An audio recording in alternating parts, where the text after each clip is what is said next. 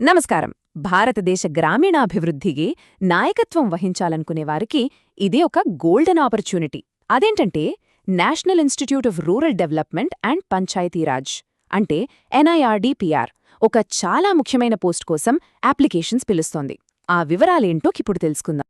కెరీర్లో ఒక ఉన్నత స్థాయికి చేరుకున్నాక నెక్స్ట్ ఏంటి అనే ప్రశ్న చాలామందికొస్తోంది కదా. దేశ భవిష్యత్తును మన చేతులతో తీర్చిదిద్దే ఒక జాతీయ స్థాయి నాయకత్వ పాత్ర. కెరీర్కు అది ఒక సరైన టర్నింగ్ పాయింట్ అవుతుందా?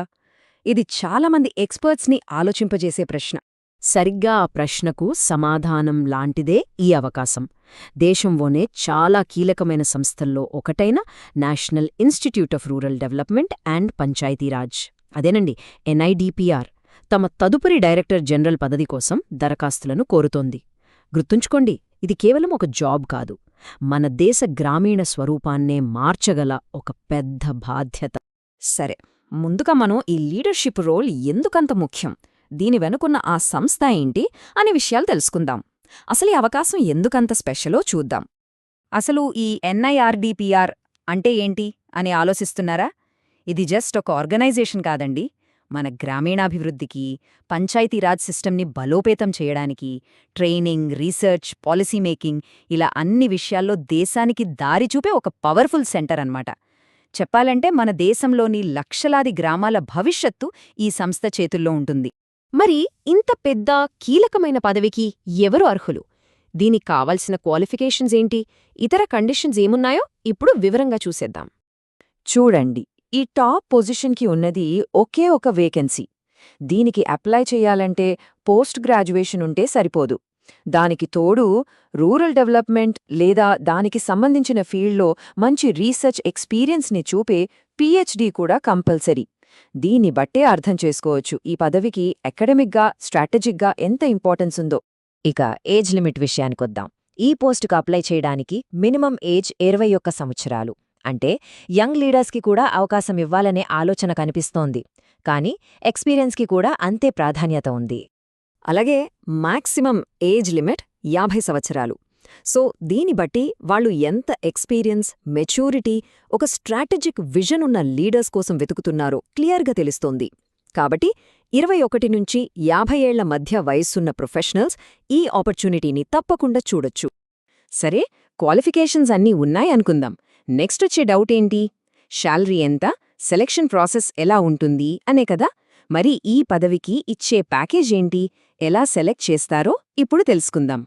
ఈ ప్రెస్టీజియస్ పోస్ట్కి స్టార్టింగ్ శాలరీ నెలకు 80,000 రూపాయలు. అయితే ఇది జస్ట్ స్టార్టింగ్ మాత్రమే.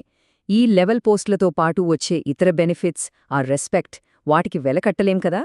ఇక సెలెక్షన్ ప్రాసెస్లో ఒక చాలా ఇంట్రెస్టింగ్ పాయింట్ ఉంది. అదేంటంటే ఈ పోస్ట్కి ఎలాంటి రిటర్న్ టెస్ట్లు లేవు. అవును, ఓన్లీ ఇంటర్వ్యూ.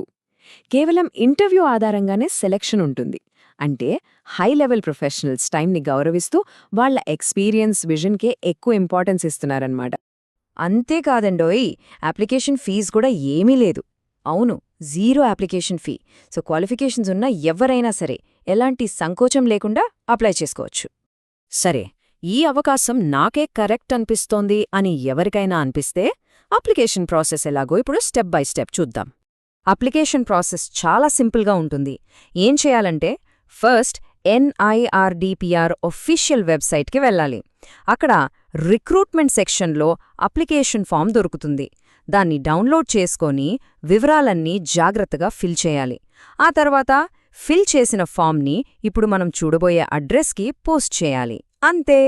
ఇదిగోండి, అప్లికేషన్ పంపించాల్సిన అడ్రస్ ఇదే.